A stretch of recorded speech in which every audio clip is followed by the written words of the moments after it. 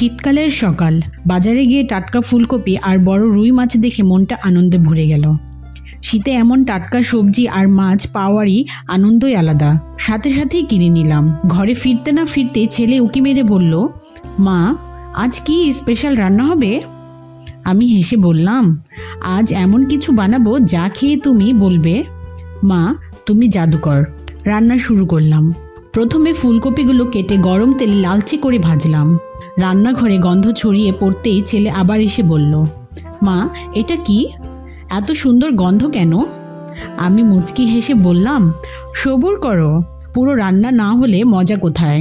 এরপর কড়াইতে সর্ষের তেল গরম করে তাতে পেঁয়াজ কুচি, আদা রসুন বাটা আর মশলার মিশ্রণ দিলাম। গরম মশলা, জিরা আর হলুদের গন্ধে রান্নাঘর যেন উৎসব মুখর হয়ে উঠল। মশলা ভাজা শেষ হলে বড় করে কেটে রাখা রুই মাছগুলো ভেজে মশলার মধ্যে মিশিয়ে দিলাম। মাছের সঙ্গে একটু জল আর লালচে ভাজা ফুলকপি দিয়ে কড়াই ঢেকে দিলাম। এই ফাঁকে ছেলে বলল, মা এমন গন্ধে না খেয়ে থাকা মুশকিল। আমি হেসে বললাম, গন্ধই যদি এমন হয়, খেয়ে দেখলে কি হবে ভাবো তো।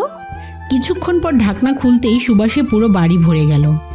তরকারির সুন্দর ঝোল, ফুলকপির নরম টুকরো আর রুই মাছের মশলার সঙ্গে মাখামাখি দেখে মনে হলো শীতের দিনটা যেন আরও উষ্ণ হয়ে উঠল। খাবার টেবিলে বাবা বললেন, এই তরকারি শুধু শীতকালেই হয়, এমন স্বাদ আর কোনো মৌসুমেই পাওয়া যাবে না। ছেলে খেতে খেতে বলল, মা তুমি সত্যিই জাদুকর। এক প্লেট ভাত কম হবে, আরেকটা লাগবে। গল্পের শেষে সবার তৃপ্ত মুখ দেখে মনে হলো শীতের ফুলকপি আর রুই মাছ শুধু খাবার নয়, এটা আমাদের শীতকালীন জীবনে একটা মজার স্মৃতি হয়ে রইল।